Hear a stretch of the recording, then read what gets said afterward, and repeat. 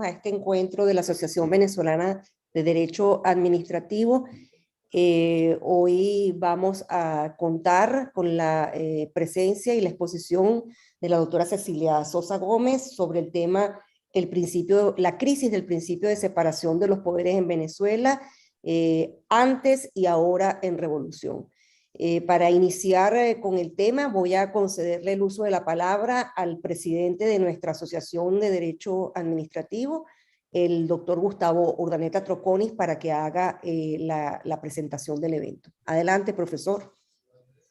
Muy buenos días, gracias, María Amparo. Estoy sumamente satisfecho de poder estar aquí dando inicio por este año a este programa de seminarios que la Asociación Venezolana de Derecho Administrativo ya ha incursionado con él desde el año pasado muy exitosamente, muy rigurosamente, y este año esperemos que también va a ser de la misma manera. Hoy comenzamos, siempre se cierra con broche de oro. Yo creo que hoy estamos abriendo el cierre con apertura de oro, pues francamente con nuestra gran amiga y excelente profesora, excelente juez, en todas las áreas donde se ha desempeñado lo ha hecho con gran solvencia y con mucho éxito, Cecilia Sosa. Y muy atinadamente han escogido la organizadora de esto, María Amparo Grau, y ella comenzar con lo que es el comienzo y el principio, diría el fundamento de un Estado de Derecho, que es la separación de poderes. Sin separación de poderes, todo lo demás, digamos, es muy difícil verdaderamente que se sostenga, ¿no? Ese elemento puramente orgánico, puramente procedimental y formal es fundamental para un Estado de Derecho. Y por eso que comencemos por él en este año me parece muy atinado, me parece muy bien, y estoy seguro pues que la profesora Cecilia nos dirá cosas muy interesantes y que nos dejarán reflexionando. Sin más, pues mucho éxito en la ponencia de hoy y en el programa de seminarios que se inicia ahora. Gracias, María Amparo. Gracias, profesor Urdaneta, por su presentación del evento. Y bueno, sin más, vamos a dar la palabra a la doctora Cecilia Sosa Gómez, quien no requiere presentación alguna, pero como podemos estar acompañados de personas del extranjero, voy simplemente a refrescar que la doctora Cecilia Sosa Gómez es una de las personas más importantes del derecho público en Venezuela. Ha sido profesora y es profesora en diversas universidades en el país, fundamentalmente en la Universidad Católica Andrés Bello, la Universidad Central de Venezuela, por muchísimos años, formadora de generaciones de abogados. La profesora Cecilia Sosa Gómez fue magistrada del Tribunal Supremo de Justicia, presidente de la Corte Suprema de Justicia por varios periodos, fue la primera mujer presidenta, ha sido la primera mujer presidenta de un Tribunal Supremo en Iberoamérica, y es individuo de número de la Academia de Ciencias Políticas y Sociales, miembro de su junta directiva, su secretaria en estos momentos, y además es la directora del Bloque Constitucional, una organización sin fines de lucro no gubernamental que defiende el Estado de Derecho y la reinstitucionalización del Estado de Derecho en Venezuela. Sin más, entonces, profesora Cecilia Sosa, tiene usted la palabra para hacer su exposición. Agradecemos Bueno, en primer lugar, súper agradecida de tener esta oportunidad de conversar efectivamente sobre un tema que muchas veces nos hace repetir permanentemente que nos falta, pero muchas veces tampoco profundizamos qué pasa con no tenerlo. Quiero agradecer a todo el equipo de AVEDA por esta promoción hacia no solamente hacia abogados, sino hacia todo el país de trabajos, de profesores, exponiendo temas que quedan sobre las inquietudes y generan nuevos planteamientos. De manera que han tenido una labor y tienen con este nuevo equipo una proyección, vamos a llamarlo así, del derecho en su sentido más real y más objetivo. Igualmente también quiero agradecer a todos los que nos acompañan hoy, profesores, alumnos, ciudadanos, que les interesa el tema y nos acompañan en esta conversación. Y por último, por supuesto, a la profesora María Amparo Grau, que quién sabe es una de las personas que ha trabajado este tema en profundidad y que tiene una monografía excelente que les exhorto a consultar. Yo quiero abordar el tema de la crisis del principio de la separación de poderes en Venezuela, con un enfoque, quién sabe, más vivencial que estrictamente jurídico, y que va a permitir asociar el tema de la separación de poderes con la política, que en definitiva también es su esencia. Yo voy a distribuir el tema o la materia de la crisis de este principio en tres aspectos fundamentales. Primero, ¿qué dicen nuestras constituciones de la separación de poderes? Segundo, el pacto de punto fijo y la separación de poderes en la Constitución de 1961. Tercero, ¿qué pasó con la separación de poderes en la Constitución de 1999? Para llegar a comprender si esta crisis, ¿qué la genera? O si hay falta de separación de poderes. La pregunta que da inicio a estas reflexiones es, ¿qué pasaba antes con ella? Se tenía la convicción, curiosamente, que se aplicaba, o al menos que se aplicaba satisfactoriamente. Y ahora, en tiempos de revolución, consideramos que la hemos perdido. La pregunta es si esto es realmente así. No hay duda que históricamente el principio de la separación de poderes nos obliga a reflexionar si está implantada en nuestra república en todas las constituciones y en particular en la de 1961, con 2 enmiendas, en el 73 y en el 83, y si ese principio se cumplió y en qué términos. O si fue que involucionó ante la pérdida de la participación ciudadana en los partidos políticos, o es que ese principio se ha transformado y no nos hemos dado cuenta, vista esta vida pública mucho más mediática, mucho más inseparable de la publicidad, de la propaganda, del desarrollo de las comunicaciones, y que está afectada de alguna manera su clásica conceptualización, que ha perdido o se ha perdido el norte de la necesidad de que ella exista.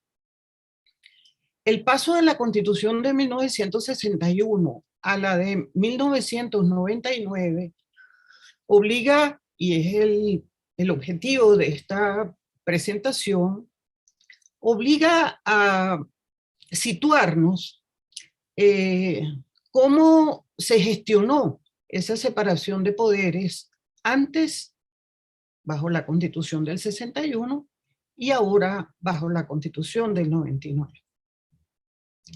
Hay un tema sobre el que siempre insisto y volveré sobre él, que es el tema de pueblo y ciudadano. Pueblo y ciudadano ocupan hoy la constitución de un Estado democrático. Y no hay duda que tenemos una lucha por un espacio político entre esas dos opciones, es decir, entre pueblo y ciudadano, que resulta muy poco comprendido por quienes nos representan o por quienes nos hemos elegido para quienes nos representan. Cuando hablamos de pueblo, las constituciones democráticas siempre lo asocian con soberanía y lo reconocen como depositario de esta. Nosotros el pueblo, la soberanía nacional reside en el pueblo, nosotros los representantes del pueblo, es voluntad del pueblo.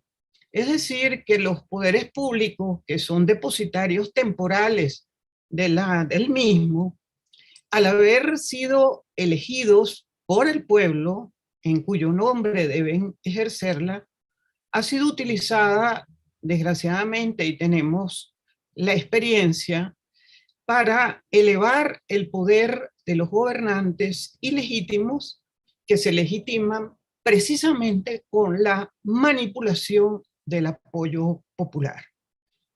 De manera que consagrar en la Constitución la separación de poderes no significa que se entienda cómo funciona, por qué y para qué.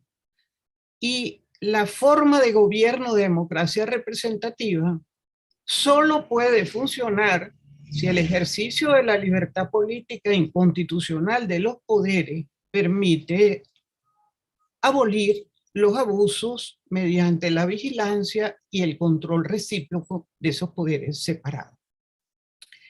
Ahora, hay una frase que la traigo aquí porque es premonitora de lo que estamos conversando, que corresponde a Francisco de Miranda y que, con motivo precisamente de la ausencia de la separación de los poderes, lo dijo en 1794.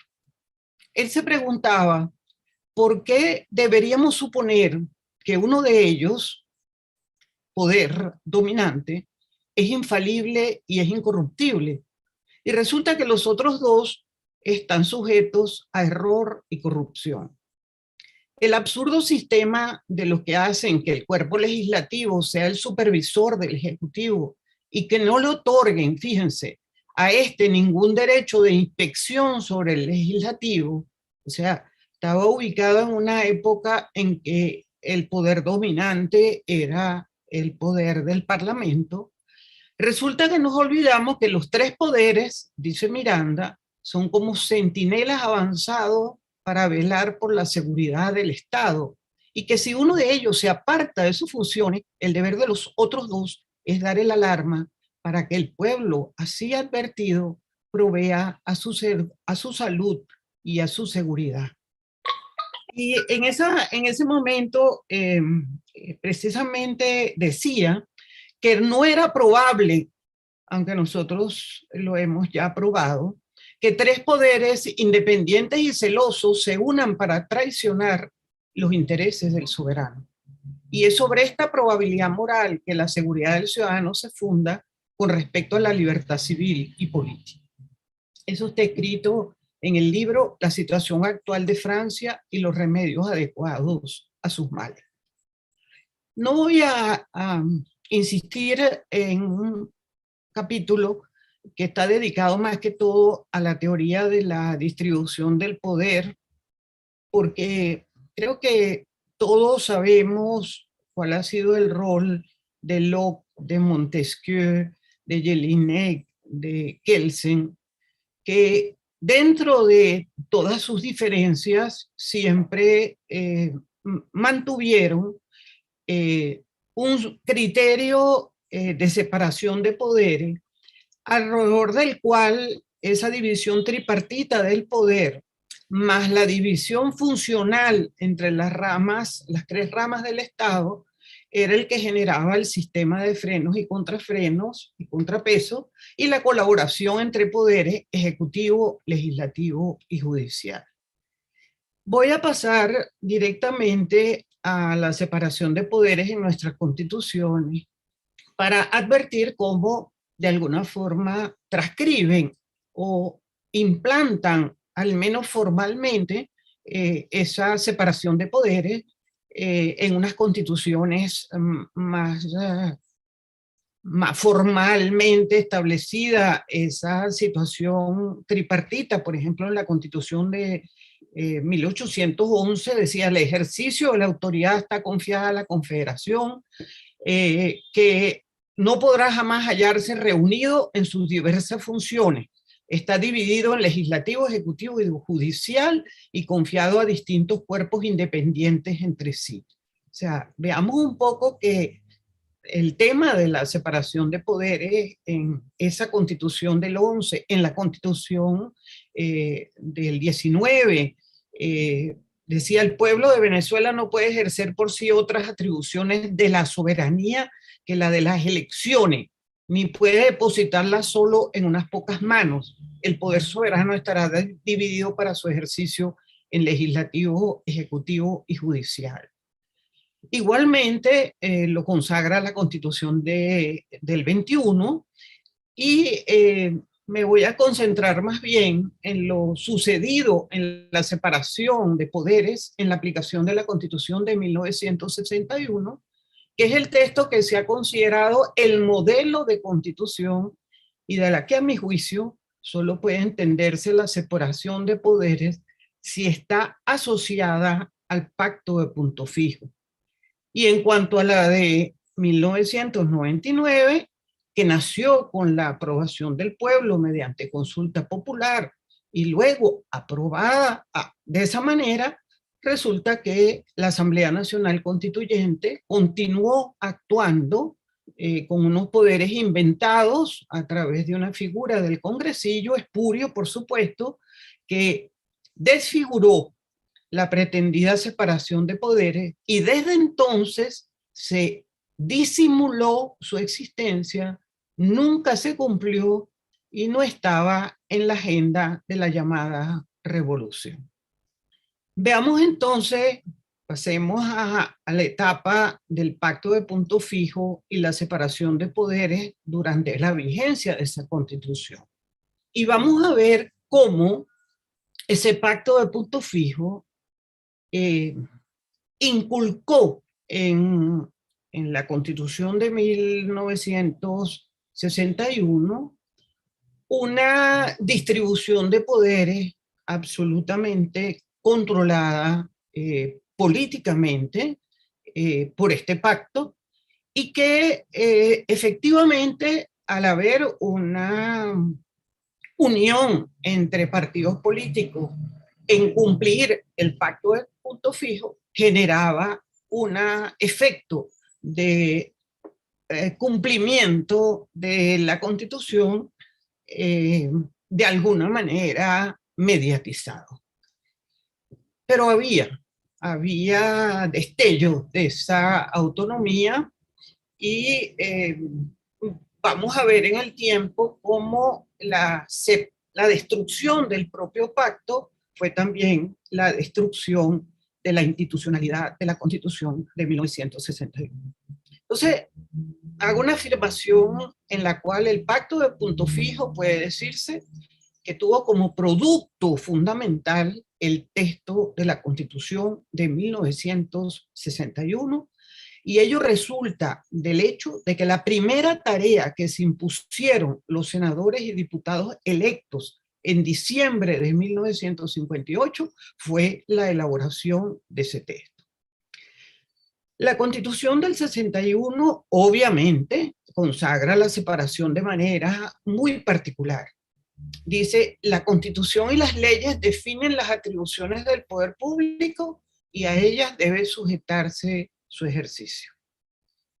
Y luego, en el artículo inmediatamente siguiente, dice, cada una de las ramas del poder público tiene sus funciones propias, es decir, se fue por la tendencia de la separación de poderes, más que separación de poderes, por separación de funciones, pero los órganos a los que incumbe su ejercicio colaborarán entre sí en la realización de los fines del Estado.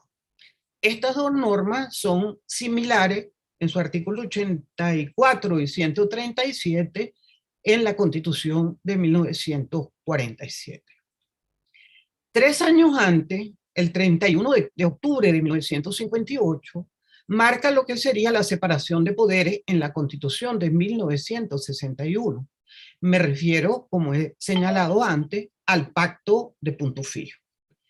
Un acuerdo suscrito por 3 líderes políticos en nombre de los 3 principales partidos políticos, Caldera, Betancur, Villalba, en que declaran de manera expresa tener la responsabilidad de orientar la opinión para la consolidación de los principios democráticos para lograr unidad y cooperación entre ellos. 3 puntos destacan del texto del referido pacto político que invito a recordar leerlo. Se habla mucho del pacto de punto fijo, pero creo que el trabajo sobre el contenido del pacto de punto fijo ha sido mitificado y dejado un poco de lado en cuanto a su redacción y objetivo. El primero de los puntos a destacar del texto es que los tres partidos, o mejor dicho, los tres líderes, acuerdan las pautas de convivencia basadas en el mutuo respeto, inteligencia y cooperación entre las diversas fuerzas políticas, sin perjuicio de la autonomía organizativa de cada una de ellas o de sus características ideológicas. Buscaban la garantía de no romper un frente unitario que ellas implicaban y prolongar la tregua política, despersonalizar el debate y erradicar la violencia política. Segundo, la cooperación entre las fuerzas políticas tenía un fin inmediato, que era lograr entre todos el desarrollo de un proceso electoral del año siguiente, estamos hablando de 1959, y que los poderes públicos que resultaran electos de ese proceso respondieran a pautas democráticas, entre otras cosas, al pacto de punto fijo. Se trataba, por tanto, de un acuerdo para el restablecimiento del sistema democrático. Pero, en tercer lugar, el principio del pacto era el compromiso de cada gobierno y de sus cuerpos representativos que aseguraran equitativamente a todos los sectores de la sociedad que estuvieran interesados en la estabilidad de la República como sistema popular de gobierno. Eso quiere decir que el pacto iba mucho más allá del respeto mutuo y de la cooperación, porque era un acuerdo de hacer y lograr la participación de todos los sectores interesados en formar un nuevo gobierno. Se hizo realidad. Tuvimos el primer gobierno de Rómulo Betancourt, que por algo se llamó de la ancha base. La ancha base en 1959 quería decir con participación ministerial de los tres partidos políticos, con el principio de la representación proporcional de las minorías, sin que haya sin que digamos, buscándose un equilibrio en la representación de los cuerpos deliberantes para que todos sintieran que formaban parte de esa estabilidad republicana y estuviesen representados en ello. Claro, sabiendo que el músculo de los partidos estaba, digamos, orientado fundamentalmente en ese momento por el Partido de Acción Democrática, y esa secuencia de número comprometido con esos tres líderes iba como en descenso desde el punto de vista de los integrantes o miembros de esos partidos. Eso no, obviamente encajaba perfectamente dentro del pacto, y además el pacto dice, queda fuera de este pacto todo aquel sector que no esté interesado en la estabilidad republicana. Y eso es lo que hace que el perejimenismo, todo lo que fuera conspiración militar, Partido Comunista de Venezuela, quedaran como si fuera, digamos, separados de este pacto por considerar que ellos estaban en una lucha subversiva interna que se desarrolló a su juicio durante más de un lustro, efectivamente, a partir de esa fecha. Estaba en el ambiente, y esto es clave para entender posteriormente qué pasa con la Constitución de 1961, que durante el proceso de redacción de la Constitución del 61, José Guillermo Andueza, académico de la Academia de Ciencias Políticas y Sociales, ya anciano, pero en su momento un gran líder político, era el secretario de la Comisión Bicameral. En su introducción a las actas de la Comisión de Reforma Constitucional, dice lo siguiente: dos factores ambientales que influyeron en las decisiones políticas tomadas en la Constitución de 1961 son, por una parte, el espíritu del 23 de enero y por la otra, la reacción antidictatorial, lo cual hasta cierto punto puede decirse que forma parte de la primera. Andueza afirma, la reacción antidictatorial llevó a los proyectistas a acentuar la desconfianza hacia el Poder Ejecutivo y a conferir al Congreso amplias potestades. Por otra parte, agrega, comillas, los hombres que redactaron la Constitución de 1961 no pudieron sustraerse a la influencia del fenómeno dictatorialista. Creyeron que debilitando al Poder Ejecutivo y fortaleciendo al Congreso, se garantizaba al país contra el peligro del establecimiento nuevamente de una dictadura. Esta tendencia, sigo con el texto auténtico, esta tendencia, concluye Andueza, se observa en el marcado tinte parlamentario que le dieron las instituciones políticas en una regresión histórica. Agrega además el marcado acento parlamentario de la Constitución de 1961, que nadie cree hoy que la tuvo, ha producido en la práctica una peligrosa confusión de poderes y el Congreso ha pretendido convertirse en el poder coadministrador. Yo creo que esta aplicación del doctor Andueza nos permite entender por qué y cómo se revierte el criterio señalado por José Guillermo Andueza. El presidencialismo vuelve a predominar en esa oportunidad al presidente Rómulo Betancourt. El poder político y la capacidad de legislar bajo el régimen de emergencia, de restricción o suspensión de garantía, con fundamento en la lucha contra violentas protestas estudiantiles y populares ocurridas en varias ciudades del país el 28 de noviembre de 1960, el carupanazo en el 62, el porteñazo igualmente, el barcelonazo.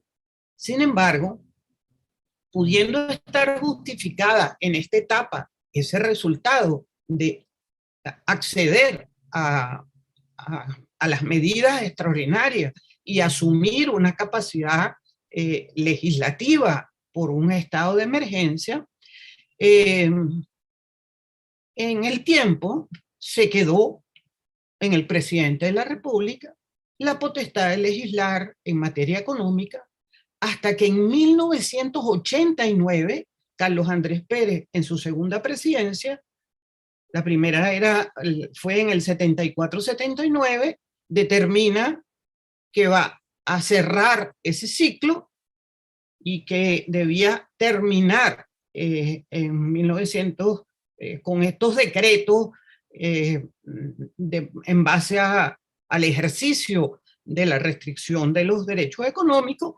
y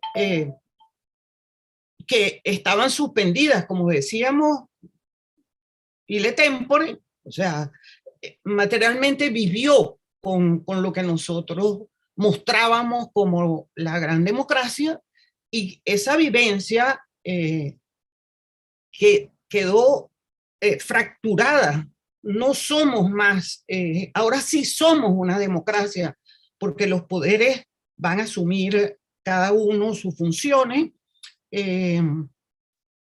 Bueno, políticamente tengo un criterio de qué efecto generó eso en la presidencia de Carlos Andrés Pérez, lo podemos hablar posteriormente, pero entonces se inicia la vigencia completa de la Constitución de 1961 por que verdaderamente nace en ese momento una Constitución en que la distribución del poder debía ejercitarse. Cuando se produce esa reducción de garantías en 1989, pocos tenían claro el significado y el impacto que iba a tener las órdenes, aun cuando se pudiera justificar la trascendencia jurídica.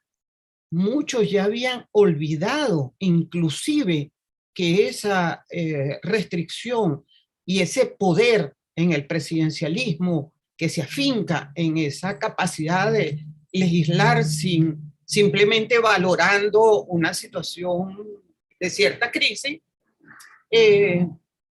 Y tuvo lugar, y esto es muy importante decirlo, ese levantamiento de las restricciones económicas, tuvo lugar iniciativa en la COPRE, y la convicción de que la democracia venezolana estaba consolidada. Razones tenía la COPRE, si lo vemos desde el punto de vista jurídico, pero si lo vemos desde el punto de vista político, el comportamiento del país estaba ya acostumbrado a ese presidencialismo y no entendió, en definitiva, nadie, ni siquiera los propios partidos políticos, cómo podían montarse en el carril de que cada uno cumpliera su función. Aquí hay un trabajo de Jorge Luis Suárez sobre el tema de la restricción de garantías, que también lo recomiendo en esta línea. Toda esta explicación histórico-jurídica permite constatar que la política se basaba en la evasión de conflictos. La política estaba marcada porque no hubiera conflicto. Y ese era el principio de precisamente el documento del punto fijo. Y además, todo el compromiso clientelista, todo el paternalismo extensivo con base a la renta petrolera, paternalismo que inclusive incluyó a los militares de la época. Es decir, la Constitución del 61 estuvo acompañada siempre de presidencialismo, centralismo y partidismo, exceso de controles y restricciones de iniciativa. Y esta característica permite observar algo interesante, que la rama judicial como poder público no aparece en ningún documento o momento político para aceptar su autonomía o su independencia. Es decir, en el mejor de los casos pensemos que podría entenderse como el mensaje de un poder no político, aunque sabemos que es un ideal pensar eso. Yo decía que es trascendente analizar cómo en el poder judicial de la época, y esto lo viví intensamente, tenía injerencia política para hacerse representar en el Consejo de la Judicatura y también en la Corte Suprema de Justicia. Todo quedaba serenamente compuesta, eso sí, en buscar los mejores juristas que a los partidos de la ancha base le parecieran idóneos designar, siempre que con algo de mayoría del partido dominante. Eso es una realidad. Lo que pasa en la práctica fue que el Tribunal Supremo, como la Corte Suprema de Justicia, que era el nombre para la época, con la incorporación de otro tipo de magistrado que no obedecía a órdenes políticas, el giro que dio el tribunal es de alguna forma el que se recuerda. Pero el criterio de la Corte con la Constitución desde el 61 era: no quiero problemas jurídicos de decisiones conflictivas.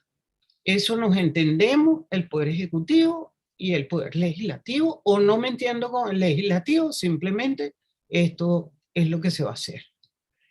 Es trascendente analizar entonces que si somos sinceros, además, que en el nombramiento de los magistrados de la Corte Suprema de los Estados Unidos dependen de una trayectoria intachable, pero también de las mayorías en el Congreso y del partido del presidente para el momento que se requiera proponer un candidato. Al designarlo, su independencia ante los políticos y los partidos se concreta. Y eso debemos aprenderlo aquí. Mientras que en Venezuela, como les decía, luego de designado un magistrado, son los partidos los que consideran que esa es una pieza de quien los nombra, que también tenemos que corregirlo.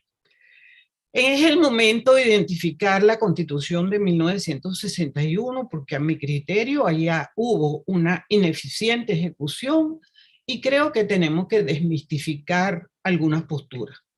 El juicio general del lapso de 38 años transcurridos hasta 1999, cuando se sanciona la nueva Constitución, tomando en cuenta todos los condicionamientos políticos antes señalados, permite decir que esa Constitución fue ejecutada con deficiencias, lo que se tradujo tanto en una ejecución incompleta y en otros aspectos inadecuadas en algunos temas de quienes la dominaron políticamente. Exacerbó el presidencialismo y el clientelismo de los grandes y pequeños partidos del país. La inejecución o errónea ejecución constitucional es responsabilidad de ese Congreso, de los representantes electos, quienes ejercían la competencia legislativa acompañados de decretos con fuerza de ley dictados como fundamento en el decreto de restricción económica, más las leyes habilitantes que contenían materias ajenas a lo establecido y limitado constitucionalmente, es decir, habilitaba para temas que no eran económicos. Y si no lo hacía, de todas maneras, el presidente entendía que tenía ese poder. De manera que, para mí, una posibilidad es que la desintegración del pacto de punto fijo produjo una conducción legislativa dispersa, burocratizó el Estado, mostró que el poder de representación a otros poderes, perdiendo el foco de quiénes eran los destinatarios de la legislación, cambiando la tolerancia con el Ejecutivo si tenía o no tenía mayoría en el Congreso.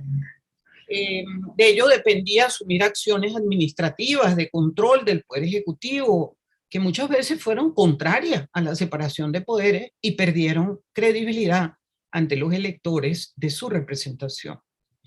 No voy a trabajar más el tema de profundizar la deficiencia, pero quiero mostrar 3 áreas en las cuales el Congreso dejó de lado completamente. Me refiero a lo que destruyó del régimen municipal, el tema del régimen del control de constitucionalidad y legalidad de los actos estatales y el régimen de la actividad económica. Es decir, eso, para mi juicio, fueron omitidos por el Congreso de la República.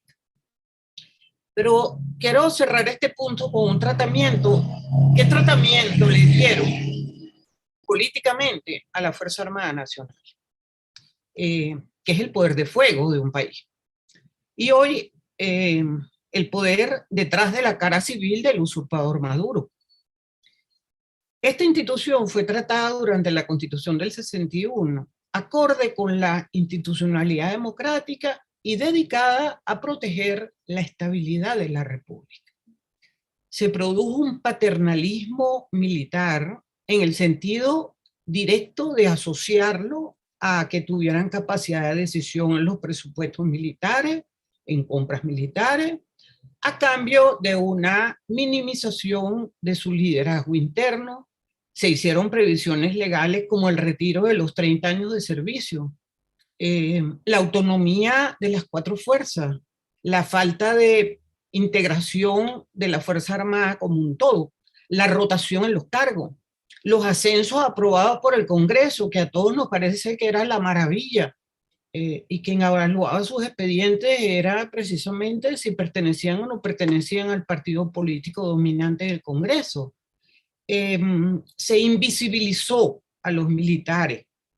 Costó no advertir los cambios que se preparaban dentro de la Fuerza Armada, quienes estaban evaluando la crisis económica del país. Es importante tener en cuenta que la Fuerza Armada Nacional fue asociada al pacto de punto fijo. No queremos problemas. Es más, tenían su propia instituto de abastecimiento de comida. Sí, era una cosa aparte que no molestaba de alguna forma. Esa situación, pues, se dio vuelta cuando desaparece la aplicación de digamos, de los partidos dominantes. ¿Qué pasó con la separación de poderes en la Constitución de 1999? Bueno, La verdad que la respuesta es concluyente. Nunca se aplicó. La separación de poderes de la Constitución del 99 no sabemos cómo funciona. Y si pasamos revista a una decisión tan drástica, se inició con un periodo de la historia política que estaba solapada bajo el derecho constitucional, que elevando el proceso de reconfiguración de ese derecho constitucional, casi muchas personas piensan que la Constitución consagró un Estado autoritario, centralizado y populista, porque aunque impuesto al margen de la Constitución, el régimen siempre recurre, es algo bastante novedoso, a la ley, al cumplimiento de la ley. Entonces, ese proyecto socialista, que fue más visible a partir del 2006, funciona con dos palancas, la que destruye y la que construye el nuevo Estado. Vaya que la Constitución no tiene absolutamente referencia alguna para ningún ciudadano. Les decía, y les repito, que lo que es interesante es cómo llama la atención que el socialismo escogió la formalidad de la ley. Y escogió la formalidad de la ley para asegurar que siempre fuera además decretada como constitucional por el Tribunal Supremo de Justicia. No vamos a hacer revisión de que todas las leyes declaran al proceso revolucionario como socialista y todo lo que ya hemos hablado sobre el particular, pero sí, todas dependen del gobierno central, de una unidad de mando y de un centralismo absoluto y con un control social. Este Tribunal Supremo ilegítimo no es un poder público, no funciona como sistema de justicia, y ante la reforma reciente por la espuria Asamblea Nacional, se está adelantando a una posible desobediencia de seguir instrucciones políticas o también a sustituir el desgaste de las figuras representativas que, digamos, que son como la cara visible de la falta de justicia en el país. La conclusión. Quiero regresar a una afirmación que hice al comienzo de esta charla. Consagrar en la Constitución la separación de poderes no significa que se entienda cómo funciona y por qué. ¿Y para qué existe ese principio? La forma de gobierno de democracia representativa solo puede funcionar si en ejercicio de la libertad política y constitucional de los poderes se evitan los abusos de poder mediante la vigilancia y control recíproco de poderes separados.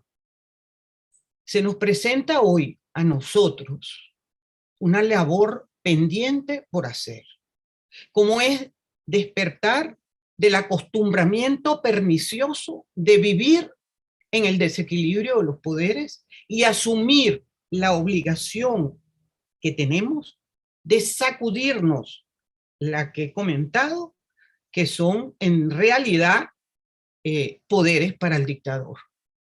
Yo creo que tenemos que asumir todos el compromiso de dedicarnos con celo a determinar cuáles son los límites que debemos colocar en la Constitución para lograr reequilibrar el principio de separación de poderes.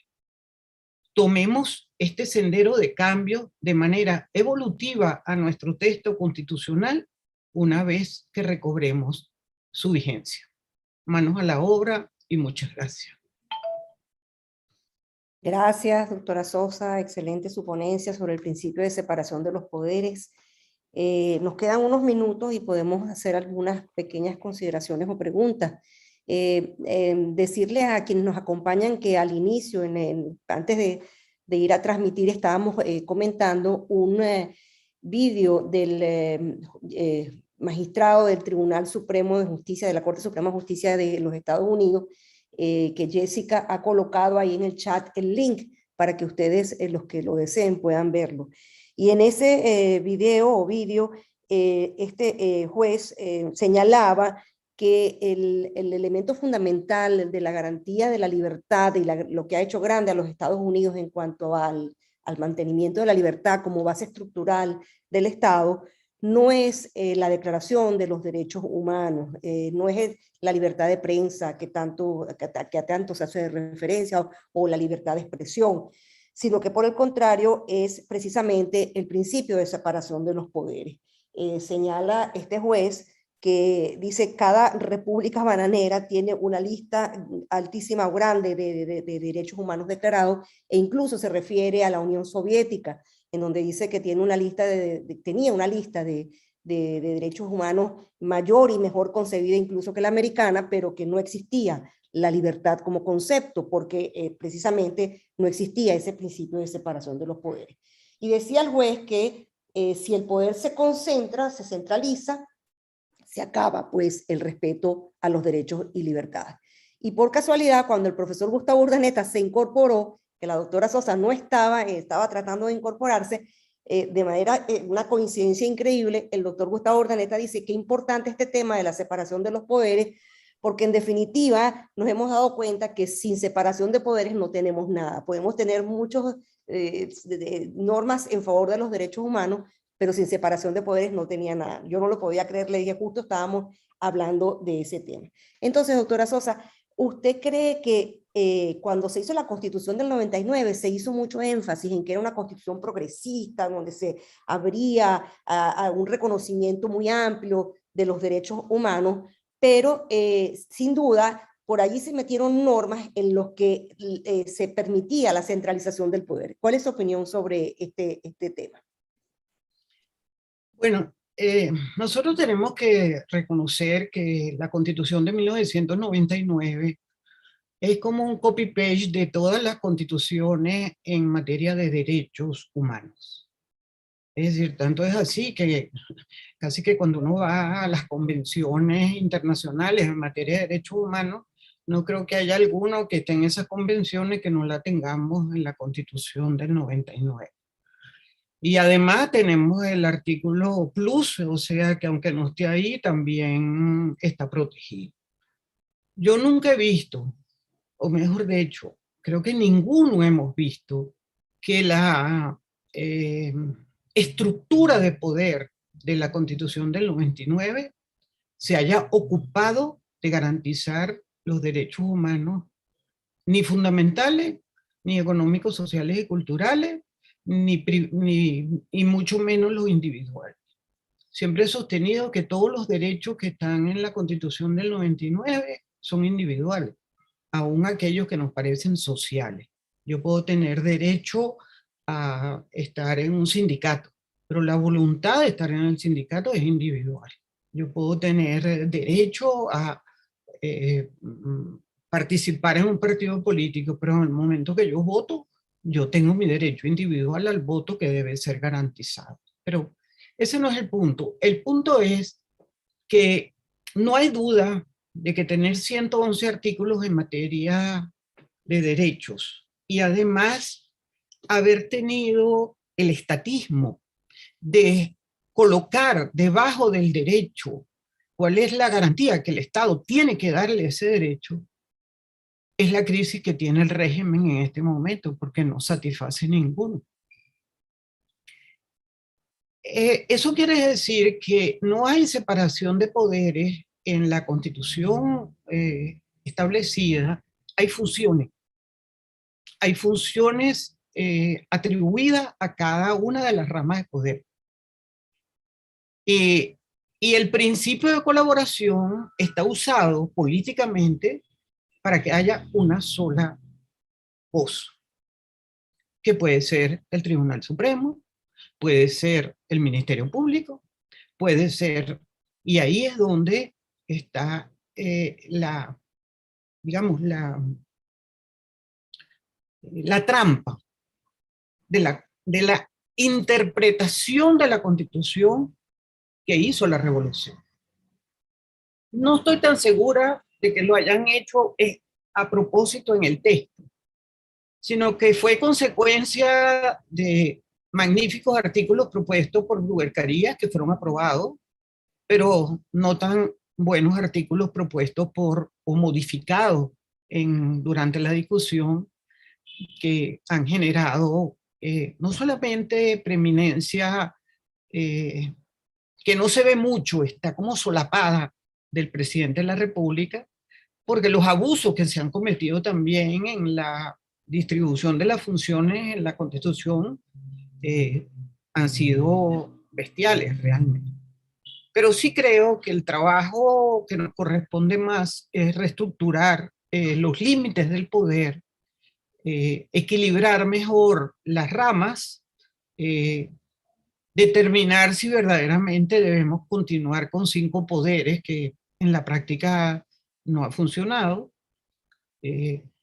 Son poderes que son poderes para ordenarles lo que tienen que hacer. El tema del poder electoral ha sido garrafal. O sea, esa capacidad reglamentaria, digamos, a todo tipo de materia que tenga que ver con lo electoral, la invasión a los procesos internos de órganos que nada tienen que ver con el Estado, y que si tienen algún problema para eso tienen los tribunales. No sé, yo creo que la concentración de nosotros debe estar en volver a la separación de poderes y no solo a la separación de funciones. La doctora María Luisa Acuña dice, sin duda que el principio de separación de poderes debe repensarse o reescribirse para rescatar el sistema democrático. No obstante ello, son los hombres quienes hacen las instituciones, por lo que si estos no las defienden con ética y arrojo, poco lograremos. Y el doctor Perkins Rocha dice, podríamos calificar a las habilitaciones extraordinarias para que el Ejecutivo legisle como una especie de medicina constitucional para atacar una eventual enfermedad del sistema público, tal como aquella de que el Parlamento carezca de la capacidad técnica para regular una determinada materia en un momento específico del país. Bueno, para contestar esa primera pregunta, la respuesta sería no. Yo creo que lo que falta en nuestro Parlamento es que nunca ha entendido el apoyo técnico interno que ella debe tener. O sea, ni siquiera tiene, o sea, si tú ves un senador en los Estados Unidos, puede que tenga un staff de 10 personas o 15 personas o 20 personas que están pendientes de los proyectos de leyes y que están precisamente trabajando sobre los aspectos técnicos que pudiera tener en un momento dado un proyecto de ley. Nosotros, ¿qué tenemos? ¿No? Lo único que tuvimos en un momento fue una consultoría jurídica, que recuerdo que fue iniciativa del magistrado Farías Mata, donde la consultoría jurídica tenía un equipo que revisaba y estaba pendiente de los textos. Pero, sinceramente, para eso tiene también, y yo creo que esto es muy importante, la facultad de convocar a las comisiones o a la propia asamblea las personas técnicas que conozcan para resolver sobre un determinado proyecto. El doctor Perkins Rocha también dice cómo podríamos calificar a un Estado que mantenga su poder legislativo intervenido casi permanentemente a causa de habilitaciones extraordinarias otorgadas sin rigurosidad y temporalmente de manera abierta. Y yo ahí le agregaría, doctora Sosa, cuando planteábamos el tema, decíamos la crisis de separación de los poderes antes y ahora en revolución. Usted misma decía, bajo la Constitución de 61 estuvo la garantía del derecho económico pues suspendida por 40 años, de manera que es algo que es una idea que venía ya del pasado, ¿no? Y porque ahí también se violaba, sin duda, el límite de la separación de los poderes y lo que es la legislación de emergencia cuando se permitía esto. De otra parte, la legislación presidencial bajo la Constitución de 61 era solo para la materia económica y, sin embargo, el presidente legislaba por esa vía en materias más allá de la materia económica. De otro lado, no se le habilitó para que se modificara a través del decreto presidencial leyes orgánicas, a través de una sentencia del Tribunal Supremo de Justicia. De manera que hasta qué punto esta situación que ha ocurrido bajo la Constitución del 99, donde efectivamente se desarmó totalmente el Parlamento, desde un principio hubo una especie de abdicación parlamentaria. Entonces, ¿cómo no cree usted que esta idea fue tomada ya de la crisis que venía bajo la Constitución del 61? Sí, yo creo que tienes toda la razón en tu razonamiento. Yo creo que fue un aprovechar el pasado en sus aspectos negativos para generar la positiva inserción de la revolución. Es una cosa interesante lo que has dicho, es decir, lo que en la Constitución del 61 era una irregularidad desde el punto de vista de la distribución de las competencias en materia de separación de poderes, fue utilizado en la revolución para mantener de alguna manera el mismo criterio y por supuesto romper todos los esquemas mucho más allá de lo que fue en el pasado. Pero para contestar esta pregunta de calificar a un Estado que mantenga su poder legislativo intervenido casi permanentemente a causa de habilitaciones extraordinarias, bueno, yo le hubiera abierto responsabilidad a esos diputados y senadores y ahora a todos los diputados como consecuencia de haber trasladado sus propias competencias, porque en definitiva todas las leyes habilitantes fueron aprobadas por la Asamblea. Y cuando la alteraron, es decir, cuando no mandaban los proyectos como estaba especificado en la llamada habilitante, no mandaban los proyectos al Congreso o a la Asamblea Nacional, la responsabilidad sigue siendo del Parlamento.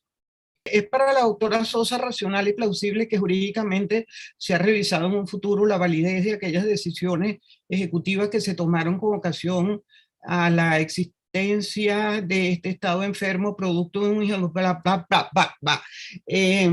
Yo creo que todo es revisable, empezando por la sentencia de la Sala Constitucional, de la Sala Electoral, de la Sala. Yo creo que hay que crear un mecanismo, no sé, que permita revisar actos que fueron, que alteraron el principio de separación de poderes. Yo creo que hay que dar un ejemplo en ese sentido y tener preparado cómo se revisan, no por el recurso de revisión, sino cómo se anulan las sentencias inconstitucionales del Tribunal Supremo de Justicia. Como lo hacen en Perú, tienen una solicitud que debe llevar unos requisitos. No sé, hay mecanismos y hay que pensarlos, porque